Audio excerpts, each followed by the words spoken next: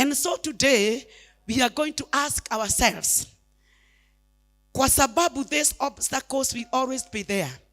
Even after learning, even after seeing the principles of how we can be able to overcome all these obstacles, because obstacles are always there. So tell your friend, obstacles are always there. And just because you are on the right track, it doesn't disqualify you from experiencing the obstacles to your destiny. You will always face them. But now we are asking ourselves, because we learned that as women of destiny, we must overcome the challenges, the obstacles to our destiny. And this is what we said, that for us to be able to overcome the challenges to our destiny, we said, we were reminded, or I reminded you, number one, you must refuse to quit. Lazima ukatana na kusema, I give up. Number two, we said, you must stay rooted in the word of God. Number three, we said, you must be surrounded with the right people. Lazima, you put yourself, or you position yourself with the people who be telling you, my sister, keep going. And then we said, number four, you must be a woman who always pray consistently. Unajua, many times as women what we do, tunaombanga wakati mioto imewaka sana, hideo niguo mutumia ekoraga kehoya muno. No riria maundu mesawa, sometimes we find ourselves even not praying. But you know what? For you to be able to overcome the obstacles to your destiny, because we said that every woman was created with a purpose. And I told you, in that marriage, there is a purpose that God put you in that marriage. Why? In that business, in that employment, in that struggle that you are going through, God knew the purpose of it. And because God knew the purpose of it, does that mean, with me understanding all these obstacles, can I kumenya these principles on how I'm going to overcome the challenges to my destiny? Is that the end? I want you to understand that overcoming obstacles, it is only the beginning of the journey forward. Destiny is all about focus. Kana no muhaka, as you face all these challenges, just because you are rooted in the word of God, it does not disqualify you from experiencing challenges on your way to your destiny. You will. But you know what? Focus is the key. Tell your neighbor, focus is the key. In the midst of all the distractions, kanagata ine kama orumode madena mode bara shiode no dure gotithia. Hello, even you understanding that you must be rooted, you must surround yourself with the right people. No dure gotithia. Tell your neighbor, no dure gotithia. No dure gwekatia. No dure gotithia. But you know what? Destiny is about focus. Mwambie focus. Nego ikara osouthereirie.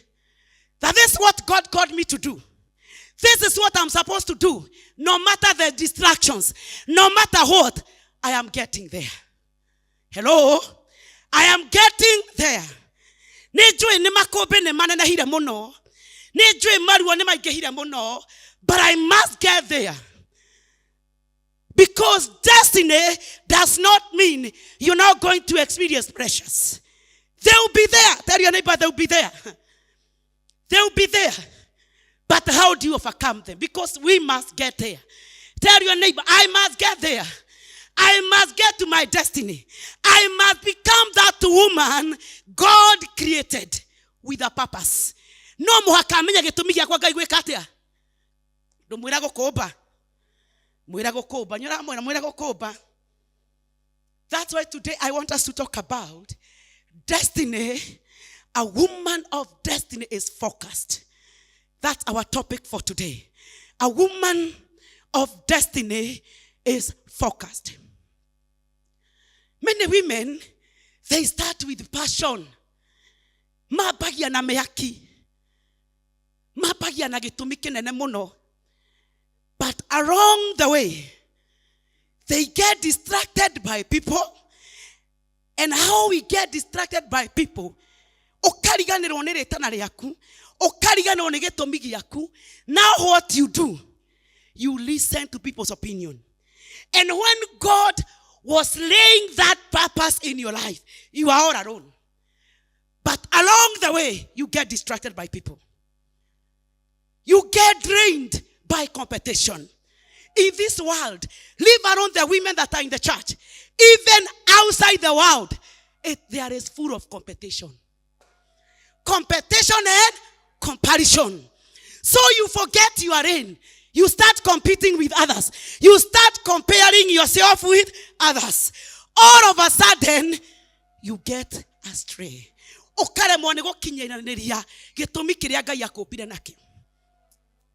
You get distracted by people. When you are starting, kana adoma abagi atia. Adoma abagi na meaki. He mutire mwana ogo. Adoma abagi ya nake. Meaki. Karo adoma abagi na meaki. Na adoma abagi makiko. I am getting. And that person we always tell you nitira kinya. Ogeshemania nake the next minute ya kwiraga atia. Ni darori ya doi. Gisoka girora uria thira hatutwara ni ngiona. But you know what? My message tonight is a message of realigning, refocus, and getting convicted of what you had at the beginning. I want us to realign. And I'm not going to come out of my lane.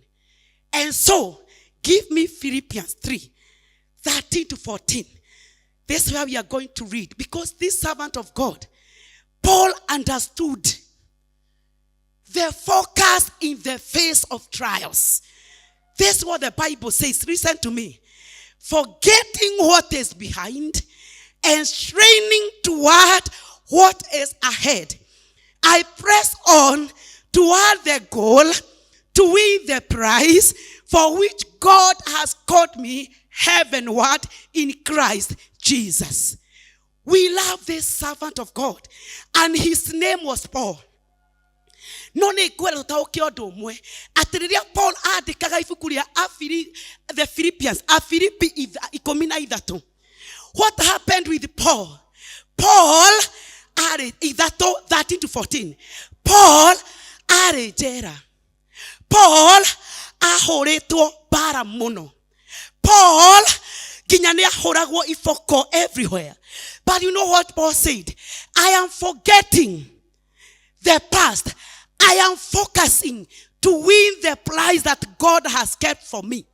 So when Paul was writing this verse, Paul was not somewhere relaxing and taking coffee.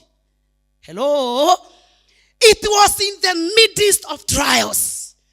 Yare gatagataine wa magerio maige na maruo maige. No Paul akiuga atiriri, I am not going to give up. I am going to continue pressing on. Remember what Paul was doing. Paul was preaching the good news. Hello? Paul was preaching the good news. But in the midst of him preaching the good news, Paul agaikio jera. Paul ifokoya Paul wahurago. But Paul kept pressing on. This is what I'm telling ladies tonight. That you must understand that purpose is bigger than pressure. No nigwo Paul understand it. It is bigger than the trials, than the temptation I'm facing today. So your purpose is bigger than the pressure. When you understand that, madogo quit. Hello ladies. When you understand your purpose, dokuga I quit. Paul understood, and that's why he wrote this passage. Even if he was falsely accused. And I want you to understand that your destiny is greater than your comfort. So you must come out of your comfort for you to get to your destiny. Because destiny, you must pay the price. Lazima ulipe gharama. You cannot find yourself there without doing anything. Lazima ulipe gharama. You must pay the price. What it takes for you to get there, you must do it. So as a woman, you must understand that destiny is greater than your comfort. But if you want to remain there, you can be at your comfort zone. But as long as you know where you want to get, tell your neighbor, if you know where you want to get, you must get off your comfort zone. You must declare like Paul, I refuse to quit. My past is not going to hold me back. How many have lost it? Because your past keep creaking in your head. So when you try to move, it reminds you on what you did. You declare my past. It is not going to hinder me to get to my destiny. I am getting there by the grace of God. So I am getting there. And if all could confess that, who are we women not to confess this today? That you are getting there. Why are you allowing your past mistakes to hinder you to get to your destiny? You are created with a purpose. So your purpose should not be hidden by what people say. Your purpose should be rooted on the truth, and the truth is the word of God. So tell your neighbor, I refuse to quit. Na ndugashike kundirikania maria ndekire we. Ndugashike kundirikania we. Ndumuna nie ro ndugashike kundirikania. Nindirakinya, mure ndirakinya. Nie ndirathie. Na otige guthaka na nie ndirathie. Paul's eyes were on the prize. Many of our eyes are on the distractors, are on what people say, but not on the prize. Not on the purpose that you are created for. And that's why you started na moto ukafika mahali ukazima. It is because you are pulled. You listened. You bought. Wagorire guoya. Tamuri wagorire guoya niki. And you know what happens, women? When a woman asks you, unamwambiaga nini? Kwa nini hukuenda kanisa? Anakwambia I was busy. Motireki, I was. But focus is not about being busy. It is being aligned. You can be busy, but what you are doing is not aligned to your purpose. You get that? You can be busy, but what you are doing is not aligned to your. Tukikuuliza unatabiaga nini? I am busy. Busy doing what? But the question should be, I am very busy doing what I was born to do. You should ask yourself, am I busy building my purpose? Hello? Am I busy building my... Is what I'm doing aligned to my purpose? Because if it is not aligned to your purpose, you are just wasting your time. Do you know there are people who are busy 24/7? But when you ask them, tajira the whole day uri ogwikaga. Akoe arugano ona ndura connect. Mushajikuta hapo. Akoe arugano no ndura connect. Uri ogwikaga atia? Tondu atida busy. But focus is not about being busy. It is about being aligned with your purpose. You can be busy but doing nothing. Hello? No korobe busy na gutiri udoreka. That you are everywhere. And why I'm talking this, it is because I'm talking to women who are in the church. Hello? I'm talking to women who hears the voice of God. I am talking to women who know their God. So you must be asking yourself, I am busy. Whatever I'm doing, is it aligned to the will of God? As I bring up my children, busy in my business, is it aligned to the will of God? If it is aligned with the will of God, I'm okay. But if it is not, you must pause. I talked to you about pausing. You must pause. like Mary at the feet of Jesus and ask yourself, by the way, don't be busy like mother. No korugake. No gotorugera sai tukagwata tukira gukurathima. No wewe bisho gitorugera sai. Sai ne mwega. No ikone ngwandaga kuigwa kio kiru ndingifagirwo ikuruga sai riu njoka mo ngirathimo. But you see, women, we are very busy. It is the time for us to pause.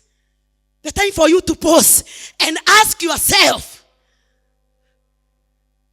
what am I doing? Is what I'm doing aligned with the will of God? And now when we understand that,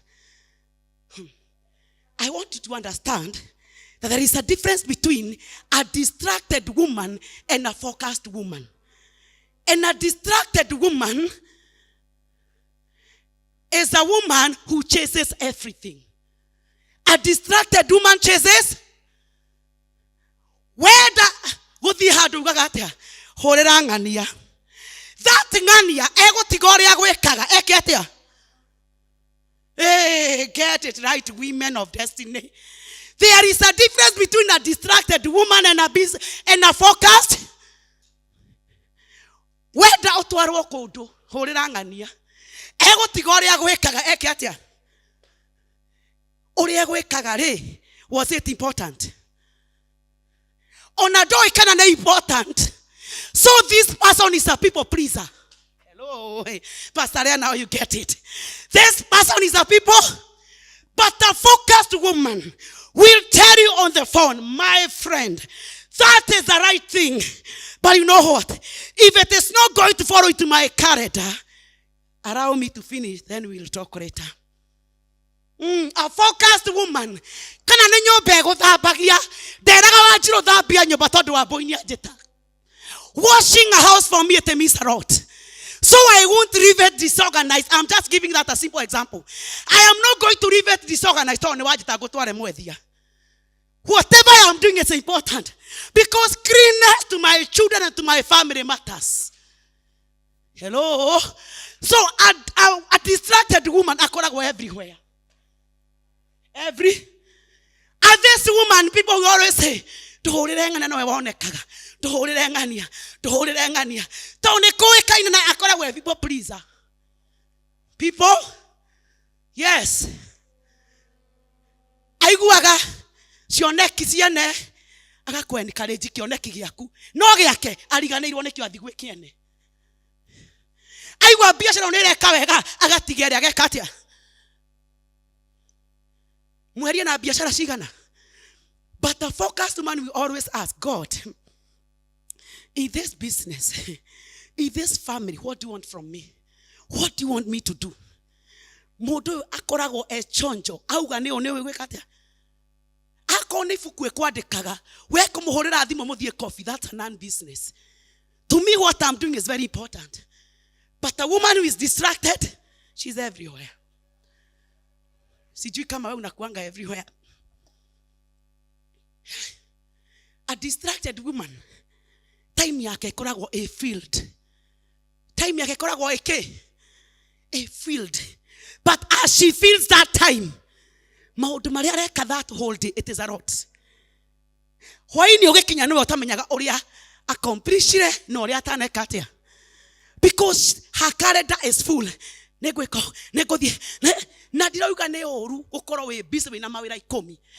you know when you are doing a lot, at the end of the day you get tired. Do you know that? But when you are focused, this is what I'm doing. You focus to A to the end and then you see the results. Hello?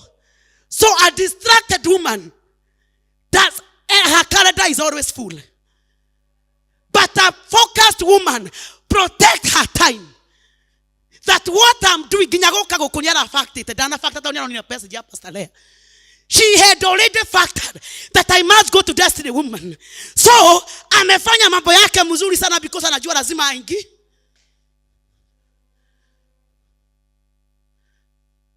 She knows how to plan her time well. And now we are asking ourselves, how can we remain focused?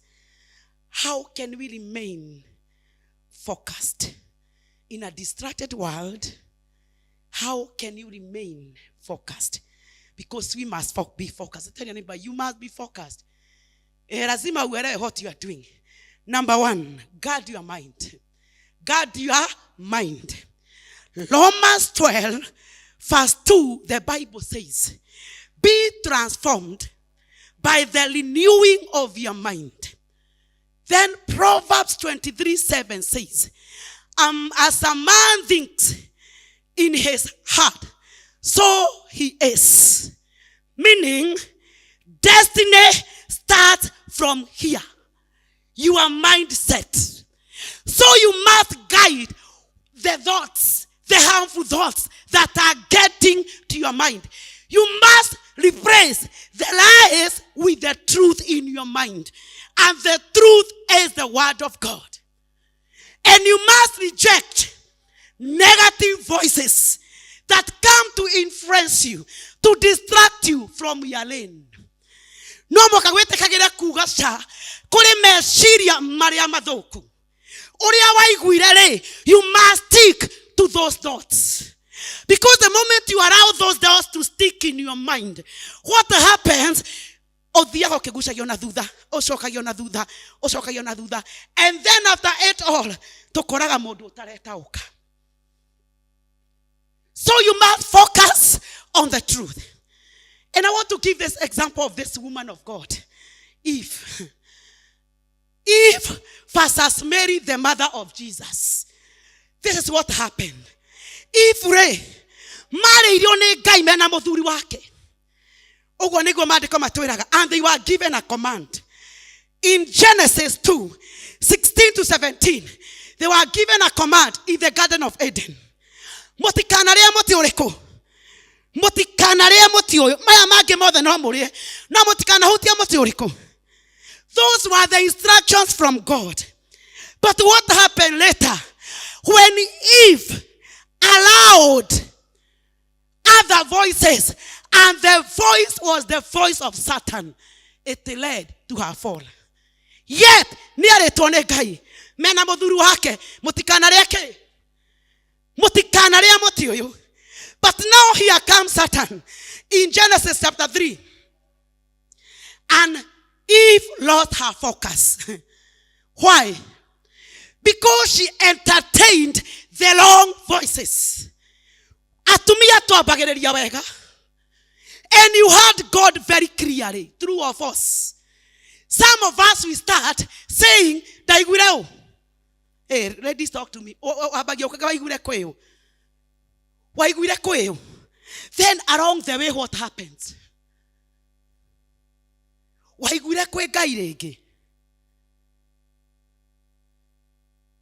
Hello? Wamama wa pastorea wakanyamaza kabisa. All of us tugaga atia ndaiguire ku na ndungikiria mutumia urakura iguire kwi Ngai ndungimukiria we na Ngai mahana atia. Then all of a sudden nikiguthiaga na mbere. When you start entertaining other voices and other opinions, you just start losing it. Todo if clearly they heard from God, no akiambia ku entertain this voice from the devil. Ai kemura wese ti ugo Ngai endaga mutikahane ta ki endaga mutigeki atia. She entertained the wrong voice, and when she entertained the wrong voice, ekoriarete itunda na akihe mundu wake. Entertaining the wrong voice. Ladies, you must guard your mind. A focused woman always guard her mind. Aripresaga lies with the truth. And the truth is the word of God. But the moment you allow other voices, other thoughts that are contrary to what you had, what happened? You start losing it. And what happens later? Many women, they start even serving, saying, I had God. But all of a sudden, what happened? It is because you entertained. You entertained other voices, and maybe those voices, they are destined to your destiny. It was meant to destroy you, but because you had no discernment spirit, you lost it. You entertained a wrong voice in your marriage, in your business, you lost it. Hello? Because you entertained, you are not sensitive. You had no discernment spirit. You entertained the wrong company. You entertained the wrong relationship. And yet you had. From the beginning. Because as God speaks, I always tell you. Hello? God speaks to a person. And when you want to hear God, get out of distractions. You hear God very clearly alone. When you create good intimacy with Him. But look at this woman by the name Mary. When the message was brought by Gabriel, that Mary, you are going to have a child. In Luke 1, it's always good to read the word of God. Light it. Luke 1, 26 to 28. A woman who guarded her mind. When the angel Gabriel told Mary she would give birth to Jesus, even though she was virgin. Remember, in those days, you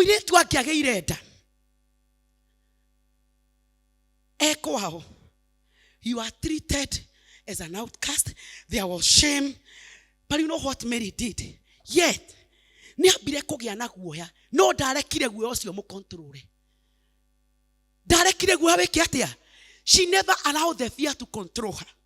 So what Mary said, in Luke 1:38, behold, I am the servant of the Lord. Let it be to me according to your word. Yet, at the beginning she had fear. But this woman responded to the voice of God and said, let it be so according to your word. She guarded her mind. She never allowed fear to control her. This is what I'm telling us, ladies. You must say no to the thoughts that can come and distract you from your way. From getting to your destiny. Hello? You must say no. So women, we must arise and shine. We must forget the former things and focus on what God is doing in our lives. You must understand in Psalms 30 verse 5.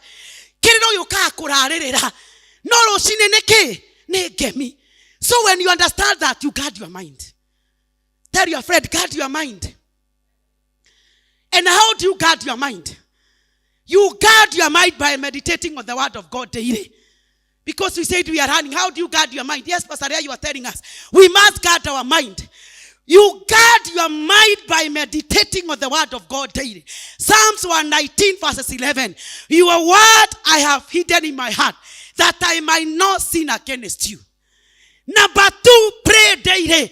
Ladies, we said, as you feed your spiritual man, as the physical man is growing bigger and bigger, your spiritual man must grow bigger and bigger, even more than the physical man. So as a woman, you must pray daily. You are not going to be forced by anybody to pray. Lazima ujipereke. Watch your influences. How do you guard your mind? Who is your company? What do you watch? Hello? What do you watch? You must take every thought captive.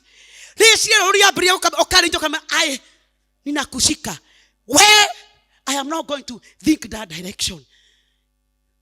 But the moment you allow those thoughts to come in your mind, what happens? You become another person.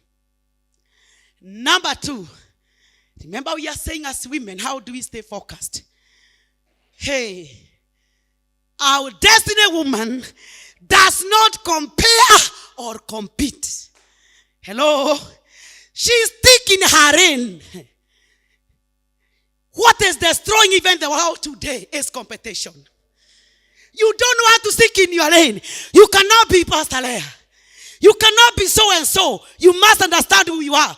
The moment you understand, you stick to your lane and learn to finish your race. Not other people's race. So a destiny woman does not compete or compare. Let's look at the examples in the Bible. Galatians 6:4, the Bible tells us, each one should test their own actions without comparing themselves to someone. To someone. Test your own actions without comparing with another person's. Today, compare. And are we not good in that? Competing and comparing. Hey, we are good in that. And you know your reign is not my reign. Do you know your battles are not my battles? Hey, do you know that? But as we are becoming destiny women, no more hakawe menyeria guikara reign-ini yaku. No more hakawe menyeria kuiganira na kiria Ngai yakuhe. Kugo ndacera kwa my friend. Rather than me admiring, I get to go atiriri. Kabangere nie ndahikirio ni ng'ania. Kabangere nie de biacara eno mutigura mugaga. Kabangere nie de nyumba teriko. Kabangere nie jikagera take. Kabangere nie jikaragata. Rather than you asking those questions, be saying, God, give me the grace to finish my race.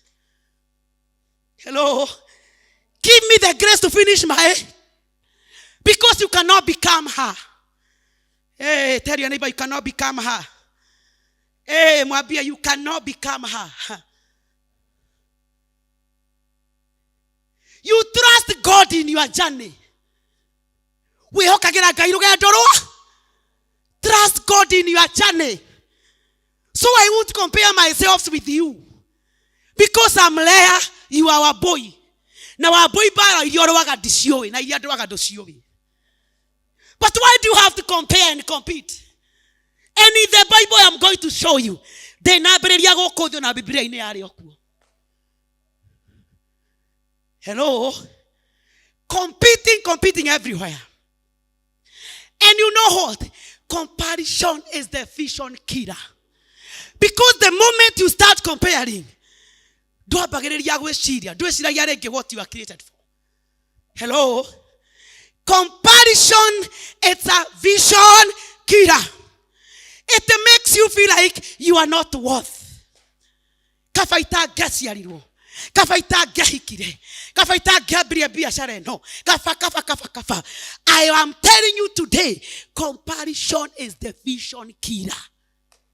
Hello? It makes you feel unworthy. It makes you feel unworthy. And you can't do anything to make sure that you fit. Aren't you seeing what is happening in the world? People are doing all sorts of things. Nigga, my feet. Hello? Nigga, that fitting group with the. But the key truth is, a woman of destiny knows God does not need her. Hey, tell your neighbor, God does not need you to copy. He needs you to complete. How you are going to complete it, it matters before God. But it is not you copying. So if the mind of God, He don't want you to copy, He wants you to complete. Hey, tell your neighbor, don't compare. Tiga kwegere kania. Be you. Kora wewe. Guide areda o copy areda complete. But some of us, we want to do what? Hey. Destiny. It require you stick to your reign. Tell us you stick to your reign. Tigana reign siene. Be focused. Eh? Stay committed to your vision. I want to give you an example in the Bible of these two ladies. I was very excited as I was reading this. Leah and Rachel. In the book of Genesis 29 and Genesis 30. Go read it, very exciting. How these people are competing for love. These women were competing for love. And they could do anything. Come make sure and make the Hey, imagine. Come make sure and make it here. Already connect Jacob. Arutuera miaka igana. Aheo Rachel. No kurigana na kemira re. Ndongiaheirwo ria munini uria mukuru eri. Ugayo Eri. So lazima huyu mkubwa ageondole. So Jacob worked for how many years? Expecting to be given who? Rachel. But he was given who? Was that his desire? What was his desire, ladies? It was that his desire was to be given. And because it was night, go and read those chapters. When Jacob slept with Leah, the following morning, akaona huyu sio Rachel. Akauliza the father, what did you do? The father told him, work for another 7. You are working for who? For Rachel. To work for who? And after 7 years, he was given. He was given Rachel. Then when he was given Rachel, so Jacob had how many wives? He had atumia igana. No Rachel are that. Are you following me? No na kere are ni ari murathime na guciara. Arathime to na ki. Na Leah ni amenyire uyu ndanyendete endete u. Koro ni we ongekire atia guciarira muthuri nginya akwende. Ungefanya nini? Ebu ni ungefanya nini? Rachel ndari kindu na no we value children. Mutumia uri ogiaga na uri utagiaga ciana no mwende. Atumia aja no mwende. Uri utagiaga. Nekio ahikagire. It is very exciting. Leah akimenya nie Ngai. We are talking of comparing and competing. Imagine they were competing for her. Leah knew. Guguciarira Jacob ona we igwe wega. Ona we kiatia. The Bible tells us it's very exciting. I wish somebody can lead for me. Genesis 29. Leu Rachel, Leah ni aberia gwika atia. Ni ona nie ndere ataki undu gigakire guciara ingiciara. Korwo ciana gugutuma nyendo ri ni gwika atia. So what happened with Leah? Akiambia guciara. Agiciara kimwana gia mbere. Agiciara gia keri. Gia gatatu akiuga atiriri riu muthuri wakwa ni agukenio ni 32 and 34. Can somebody read for me? Alisema riu muthuri wakwa ni agukenio ni ki? Read for us. Competing for her. Nara mara competing na njira yake. Yes. Leah we seekaga love through child bearing. Give us Genesis 29, 32 to 34. Nani amepata hapo? Genesis atusome. We must read there.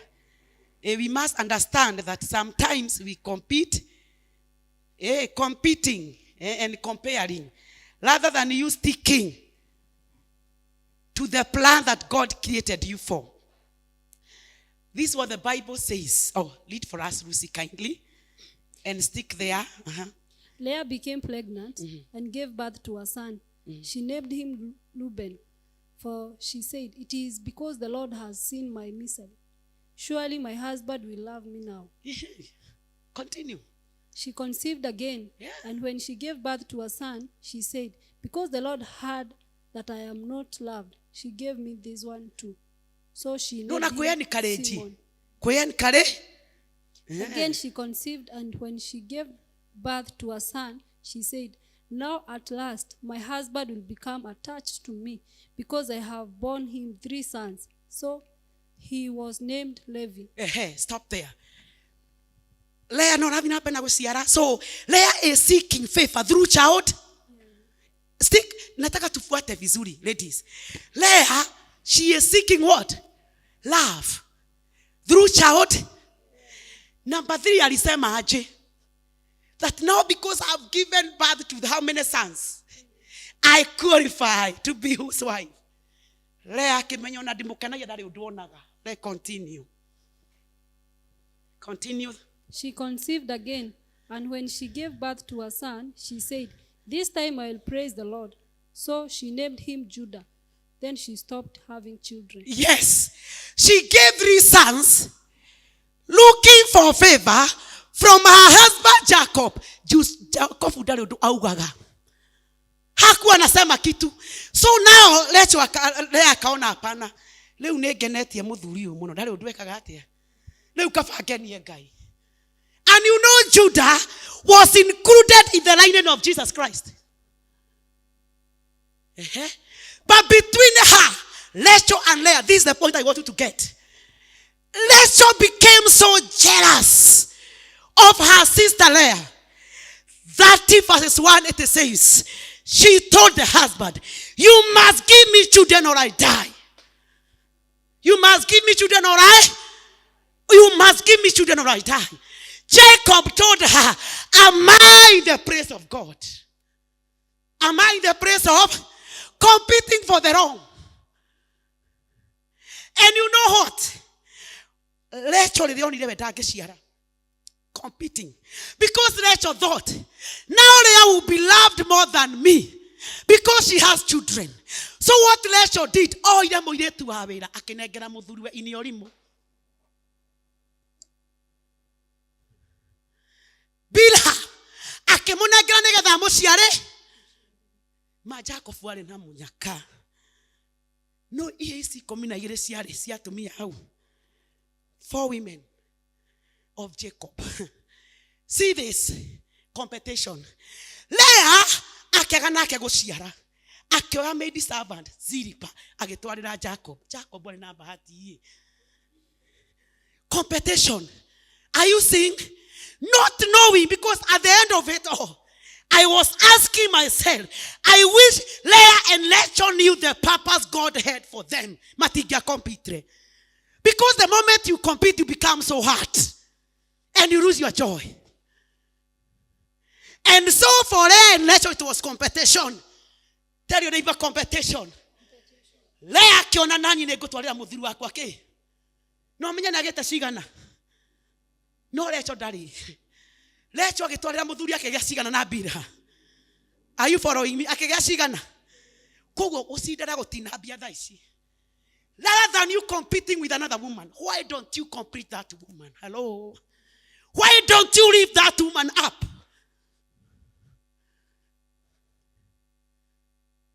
So what happened with Leah? She took Zilpah, took her to the husband, Jacob. Agiciara cigana. Are you following my story? Compete. Hey, makiambia irumi. Hey, I want you to go and read that chapter. Leah, lechoniera morio wa Leah. Amone heresago sitago I don't mean something. Nitasoma hiyo neno. Lecho alire Leah. Leah alire lecho. Urenda kundunya muthuri. Urenda kundunya morio wako. Uria wadunyire muthuri. Competition ndi nabia tha ici. Ona maandiko-inĩ yarĩ okuo. Na ngatumia mwathani tũririkana nĩ tũkompitaga mũno. We really compete. And when you compete, you don't get your destiny. You get so drained and you lose your joy. Hello? You lose your... Because what happened to Rachel and Leah? Finally, verses 30, chapter 30, verse 22. I wish they knew the plan that God had for them. The Bible tells us, because we are saying you must stop competing. Tell your neighbor, stop competing. Because you lose your peace by striving instead of trusting. You are striving, not even trusting the purpose that God has for you. You cannot become her. So the time came. Genesis 30. Listen. The God remembered Rachel. He listened to her and enabled her to conceive. I wish Rachel knew the purpose that God had for her. Because who became the prime minister of Egypt? What was his name? Joseph. His mother was Rachel. The mother of Joseph was, and Judah was included in the lineage of. I wish they knew the plan that God had for them. Matingaigua neire roiru. Matingiaroire. Matingaikariria ciugo. Because as a woman of destiny, you must stop comparing and stick to your lane. Because you cannot become her. So you must allow her to get there as you wait for your destiny. Hello? But you are competing every day. Nikitembea kwako nione kuna ile TV kubwa. Najui kana nekia morale ile. Kafajika maundu mangege na TV hiyo. Kafajika reitare ngai yako kakundirikana. Stop competing. Stick to your lane. Hello? Stick to your. You lose your energy. You have peace. And at the end of it, you lost it all. That God had a unique plan for them. Sometimes we forget that God has good plans for you. So in that wilderness, he knows why. So my work is to trust, not to strive to get. I'll do what I'm supposed to do as a woman. Hello, women. For you to get your destiny, stop competing and comparing. Be you. Mwambie kuwa wewe. Mungu hajakusahau. Mwambie Mungu hajakusahau. Because sometimes we say, why not me? Why her? It won't be you. It was her. Because it was ordained in heaven. Ni yeye. Hello? It was ordained in heaven. Ni yeye. So you better agree. Iguru nireo niwe okahikio tiga thina. Iguru nireo nyaga tuika CEO tiga thina. Iguru nireo nyakagia ciana ithano tiga thina. Ngai waku ni agoka. Ndukimiro tiga compete we. Ni ugathoma na ni ungidaga tho. No I guthoma, but there is another plan behind that. So why do I have to compete? I will stick to my lane. Stick to your lane. Some women even outside they are doing other things. But you know, as women, we don't know how to compete other women. Oh my goodness, have mercy on us. Who dares others more than women? I'll start striving to know how did you get there. Kinyanjui kuga ni sponsor wako. Ndirono ria Ngai agika na single mother. Ndirono ria Ngai kana kaire tukanikagia biashara yako. Ndirono kibaba. Is it true, ladies? Tutionaga Ngai marogabagia gwiciriria. Na kwa alifika hapo aje? Wewe unafikiria kuna mtu anamsaidiaga? Kuna akona bwana wa majuu. Nitiragia majuu ni kuwa bia sikorago. Nigo thithia akora watanaga konia. Akona bwana wa majuu. Sister yake alienda majuu. Kota angeona Ngai. Hello? Why don't you see God? God is not a respecter of persons. And he's not like men, they look at the outside appearance, but God looks at the heart. So woman, stick to your lane. Compliment another woman. Mwambie mo compliment, mwirage tu ni ureka wega. Ha no wiraga aragi ni smart. Ginya kwina muno ni smart no thina. Karo, smart tu. Smart tu no the.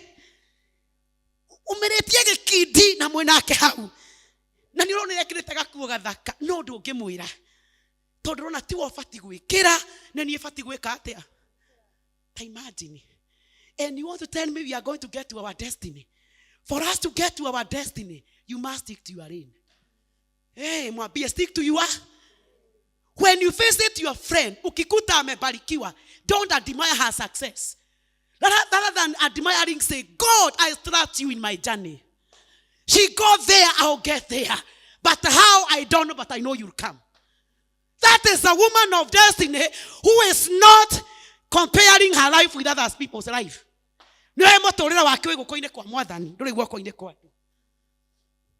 So start comparing.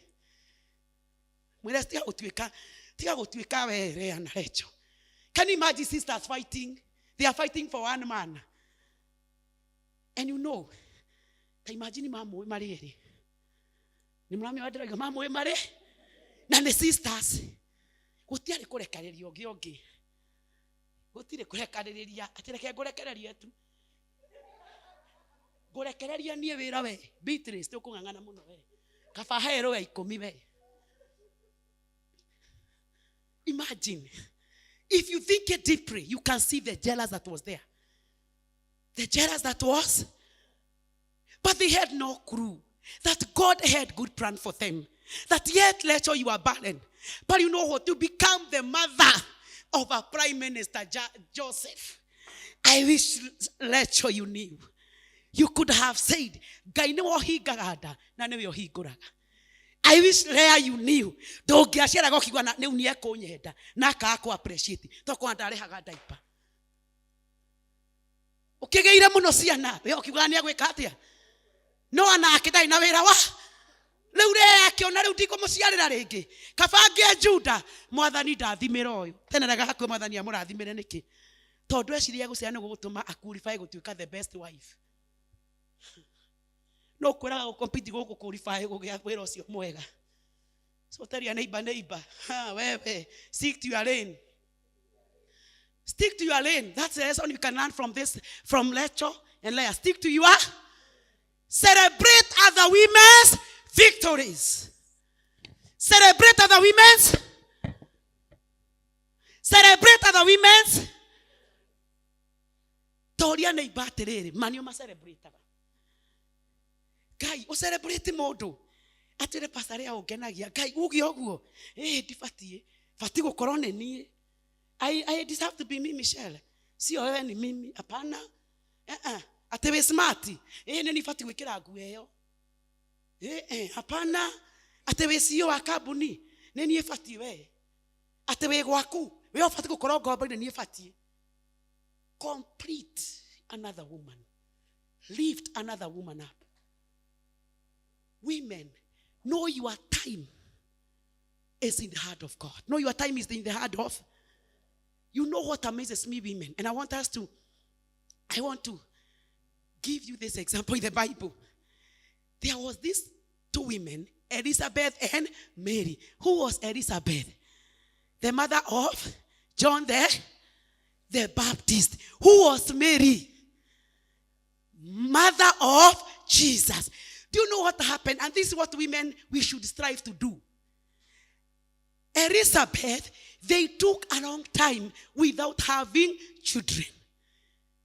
And when the angel appeared to his father Zachariah, you will give birth to her.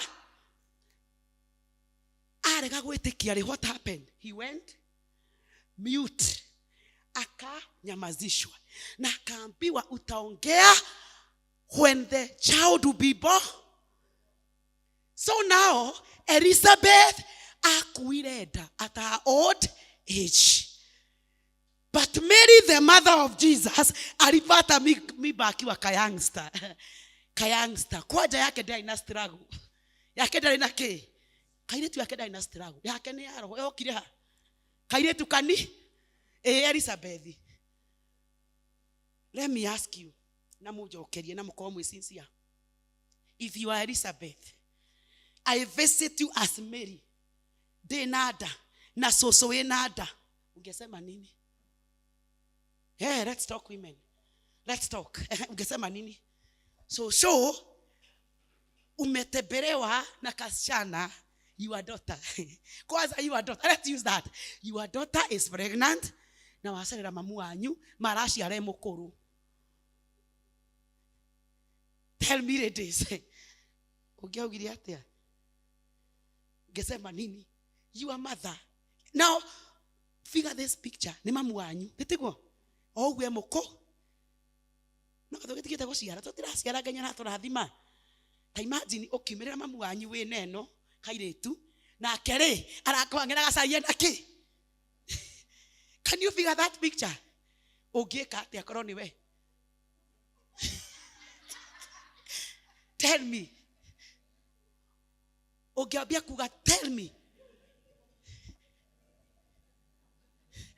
This, we are talking about your mother and you. Mamu anyu agiabia kuria Ngai atia. Ngai ni ukoragwo kuo. Kai utonaga. Waregire ko ndathima ndi munini ta Suzani wakwa o ndathime ndi mukuru.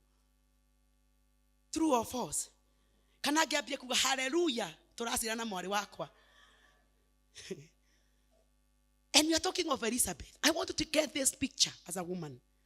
We are talking of Elizabeth and Elizabeth is a social. And Elizabeth had taken long without childbearing. But here come Mary. Kamusasana ni karitu. Okay, Kiriatia. Where Elizabeth? But you know what? This what excited me. Elizabeth had no room to complain and say, God, why did you have to keep me for this long? Bless my mistress like Mary. Waregire ko ndathima tene niki. Ngai nduraririkana nginya watumire muthuri wakwa athie kanua ndaragia. Mĩeri kenda nguĩte mwana ũyũ. Ũgacoka ũgatũma Mary oke kũnyũrũria. Elizabeth never said that. What did she say? She celebrated together with Mary. So she never brought her challenges and her problems to Mary. The Bible tells us, this is what encouraged me. Luke 1:39-45. We said, I was just figuring a picture of how Elizabeth was. She was old. She was waited for a long time without a child. Now here come Mary. Kairetu gake gakuite nda. Ona ni ungehe mundu ona no muhe sai. Ungeugire ate korwo niwe mamwe ithuere to tukihana o ri. Gutire mundu wa gutuhe sai. Thieri wabwira niwe munini ukota kuyuka hiuka thieri. But this is what women we are supposed to do. Celebrating another woman victory. Give me, read for us, Lucy. Luke 1:39-49 is a true example of a woman supporting another woman. What did they say? At that time, Mary got ready and hurried to a town in the hill country of Judea, where she entered Zachariah's home and greeted Elizabeth. When Elizabeth heard Mary's greetings, the baby leaped in her womb, and Elizabeth was filled with the Holy Spirit. In a loud voice she exclaimed, "Blessed are you among women, and blessed is the child you will bear. But why am I so favored that the mother of my Lord should come to me? As soon as the sound of your greetings reached my ears, the baby in my womb leaped for joy. Blessed is she who has believed that the Lord would fulfill his promises to her." And Mary said, "My soul glorifies the Lord, and my spirit rejoices in God my Savior. For he has been mindful of the humble state of his servant. From now on, all generations will call me blessed. For the mighty one has done great things to me. Holy is his name. His mercy extended to those who fear him from generations to generation." Amen. Have you heard anywhere Elizabeth complaining? What was she doing? Ladies, what was she doing? She was completing the blessing of Mary. And she said, "How honored am I that I can be visited by the one carrying the Savior of the world." Elizabeth never felt threatened.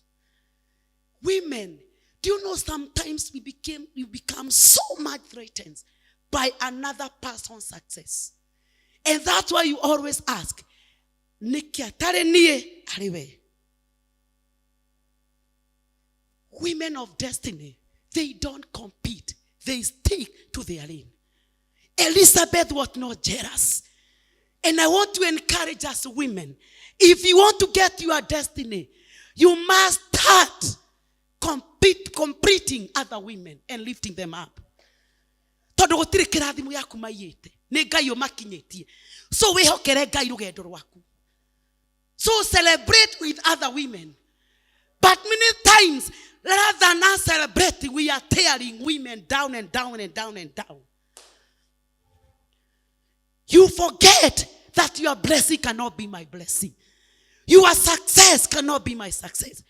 And this is what Elizabeth knew. She never felt threatened. That Mary was carrying the Savior of the world. By the way, the Bible is telling us she was filled with the Holy Spirit. And now she started completing Mary. And she said, "I'm favored that this woman can come and visit me, carrying the Savior of the world. I pray that women may learn this, so that you can start completing other women. Stop being jealous of others. Stop being jealous. Stop being jealous. Stop being angry when others are lifted. Your time will come. So a woman of destiny ni hata ukaga ihinda ria Ngai no rio riega. Datoka ihinda ria Ngai no rio riega. I will celebrate with you your victories. Because I will invite you to come and celebrate with me my victories. Go kagene nawe todo hindi wenge no ngagwita. So I want to talk to us, this women, this evening. Encourage your fellow woman. Encourage your fellow. Don't spend money going for coffee to tear other women down. Just because alifika dairege yaku. Mane hidale yakere yakinyine na duwe thogoro ria rihire. So encourage her. Complete her. Lift that woman up. Don't get to a kawe. Don't get to a kawe. Muna don't get to a kawe no geta. You are just losing your joy. You are just losing your peace, and you cannot become me. Hello? You just lose your joy. Oh, kwaga pressure. But a woman of destiny knows. I don't know how long it will take. But what I know, when he will come, how I don't know. So I will celebrate with you, my sister. Hey, but is it hard? No, when hard to celebrate na mudu uri ogi. No, hatikora go health itiguo. Yeah. It was okay. Lift other woman up. Oi, moetu na iguru. Ona ne murathi mere. Mwirage ne smart. Simple things. Smart to do gyota kumwira. Mwirage we smart. Do you also get smart? Do mwiraga ne smart? Wasera kwa kedo tige kwambia kuga na ari korone ni eno ne yakwa. Mwirage, my sister, I am happy about you. This house is very beautiful. You know what? One day I'll have a bigger house than yours. Mwena thayo. Mwira rathime. Hey, my sister, you always change this wardrobe. Kai, imagine I love your God. One day, my God will come. So I celebrate the way you are always smart. Not kumajuri no tida kana doseja ya. Ladies, celebrate the other fellow woman. Lift another woman up. Even online, we are good in tearing other women up. My friend, we are very busy. Oh, encourage pastor and destiny women. Have you kuraiwa gukire? Pana sio hiyo. Karo, ikara ha to ikare ha. Toro rage kino. Ni toro rage ki. Ke toro rage ha. Kino ne kwega, ke toro rage ha. Othio dige. Re ikaro ha. Kwajo na kuga otio dougaga nyamu-ine yo we. Tutiriokaga. Women tearing other women's. A woman of destiny does not compare. She does not compete. She understands, this is my reign, let me focus on it. She understands, I cannot be her. Let me be me, my time will come. I will be celebrated the way Mary was celebrated by Elizabeth. I am not going to lose my joy. I am not going to prove love like LEAH and LEAH. Dishiaraga. The last one. A woman who is focused, she knows her season.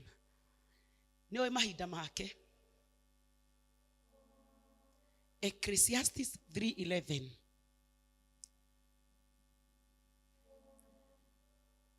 To everything there is a season. To everything there is. For in everything there is. So as a destiny woman, the season you are in It may be the season of lack. It may be the season of wilderness. It may be the season of abundance.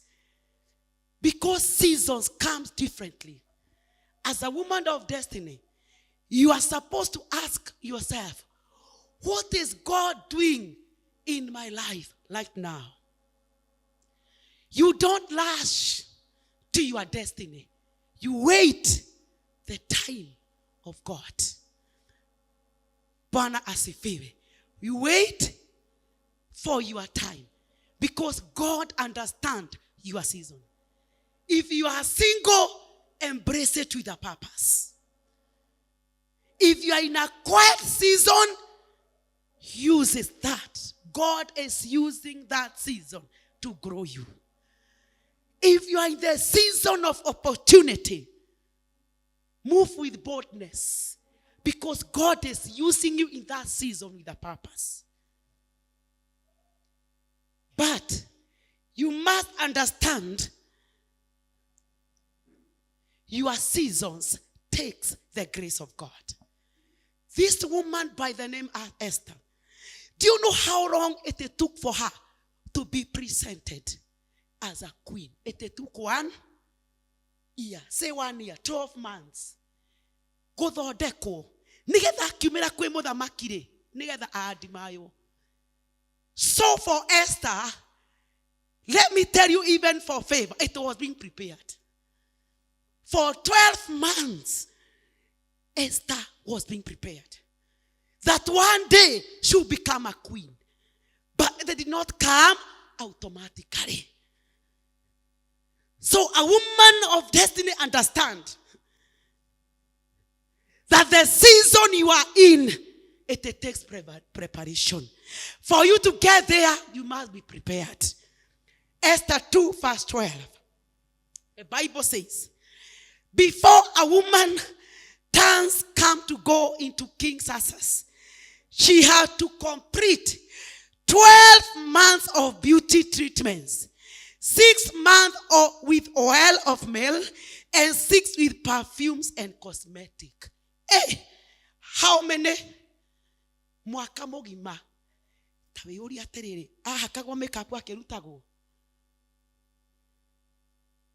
Imagine, hakagwa makeup akerutago. Mwaka mogi. Kogo Esther de korire. You know, sometimes we use these examples in the Bible, but it is also good to be keen as you use it. Hello? Be keen as you. We celebrate these women like Esther, but for her to become a queen, 12 months, being prepared. Do you know it is in these 12 months that God was preparing her? She will save her people. Where do you think this courage came from? Was she born with it? Was she born with it? She was being prepared. And you know what happened? When she was presented before the king, Muthamaki detiririe. No eugiri atia. No makatuto tokiri atumia. To makatuto metoro atumia. Heni tu igura Muthamaki aigire dimaire kairetu gaka. Hey. Esther 2:17. Give us Lucy. Now the king was attracted to Esther more than to any of the other women, and she won his favor and approved more than any of the other virgins. So she set a royal crown on her head and made her queen instead of Vashti. After preparation, say after preparation, God gave her favor in front of the eyes of who? The king. After the preparation, God gave her before the eyes of the question was, and the question that I was asking myself, what if Esther etwarire tu onatari muthodeke? Kogia no gakwiragia ciura ici kogia thiri atia? Ni angetekerirwo. To kwa ngiathire na mathunda maihuire guku, njuire ona guku ti muthodeke. Na no we muthamaki akiuga she's very beautiful. Mundu mekeria ciugo icio aragia gikaga oguo. Aragia gikaga atia ta njira itoru murira guku ti mutire na thayo. Aragia gikaga atia. Akira mu ni muthaka. Ekaga we muthaka. The smile itself can tell. Hey, the smile itself can. Anaanzaga aje, you look beautiful, my queen. What if Esther etwarire before? What if she lost her season? Get the favor from the king. So women, promotion will come when you are fully prepared. Hello? It will come when you are fully. And the moment you understand this,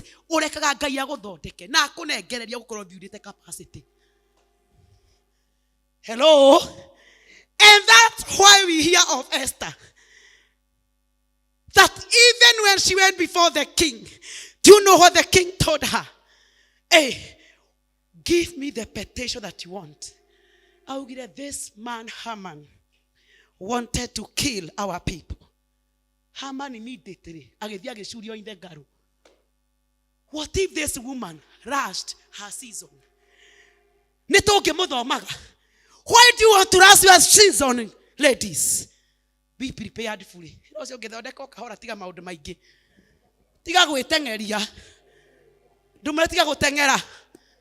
Hey, be prepared fully. Yes. God is preparing you, and that's why I have said, understand your season. You understand you are? So don't rush it. Yeah, alifika wacha aende. Yine goku madwa ndio mke. Garagia githungu kiega. Gikama udome. But don't rush it. Esther damirashire. No ithuĩ turenda gucienyeria. Ero cio gitiga kwenyeria. Don't compare. Trust the process. Trust the. So don't compare your vision with another person's vision. Trust the process. It may be painful, but the time will come. Hello? And you stand as Esther and say, surely the Lord has been so faithful. So don't rush for promotion without you being prepared fully. Mwambie wacha kukibia. Tiga kwenyera. Mwambie umekibia sana. Waiting is not wasting. Was it wasting for Esther? Was it wasting for Esther? Waiting is not wasting. So in the season you are in, you are not wasting your time. It will come to pass. And you stand and say that surely my season was to bring glory to God. As a woman of destiny, you must understand your season very well. Hello? And when you understand your season very well, you do what you are required to do. Oh, we call your fatigue, we cannot do comenyeria. Ero sho getia kwenyeragia season ni we wenyeragia. Dumuratia kwenyeragia. Ask the right question. Oragia ciuria njega. Oragia ciuria njega. In that season you are in, ask the good. Ask, why is it taking so long? Oragia three, why? Guy, leo ndikona modo. Leo ndika promoto. Leo ndikogererwa musara. But ask, God, what are you doing with me right now? That is the question to ask. God, what are you doing with me, right? What do you want me to learn from this season? Those are the right questions a destiny woman ask. Not ikoria gugitura haha na ndukaga mwathani. Ndukamucenjia tondu we nduri Ngai. Ti ndukamucenjia mwathani. Ngai no woiguaga. Ngai no wonaga. Ngai ohingagiria niguo turagie kana pastor ria no ereurithia. Are those the questions that we ask? Tunaulizaga aje? Kare ogwitu. Ngai no wonaga. Kare amarathimagwo. Kare maikaraga wega. Stop asking those questions. Ask God, in this season, what do you want me to run? Hello? What are you doing with me right now?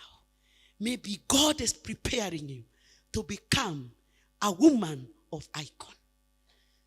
Hello? So the thing here is, know you are, understand you are, and don't last you are. Usikibize. Sawa sawa, dokenyerie your season. Dokenyerie you are.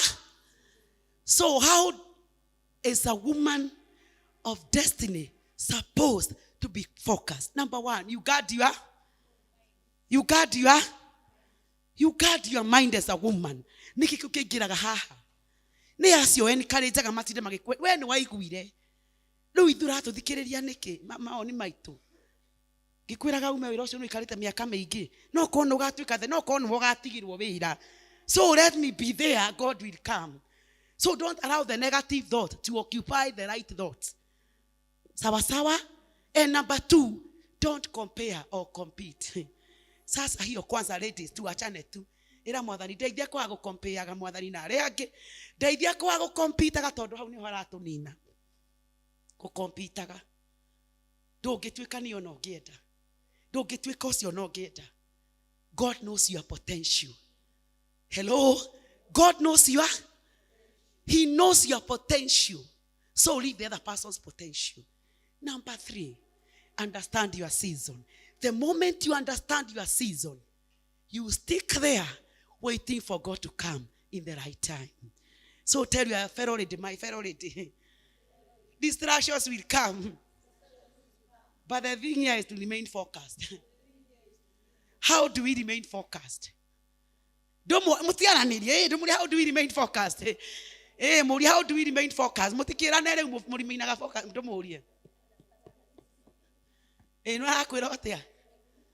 Number one, a guard. Sumwambie wewe guard your mind. Ndumwira wake ri utiga go compare na go compete we. Tiga go compare na gutidokenyerania na irathimo ciene we. Ndumwira ndumenya mahinda maku.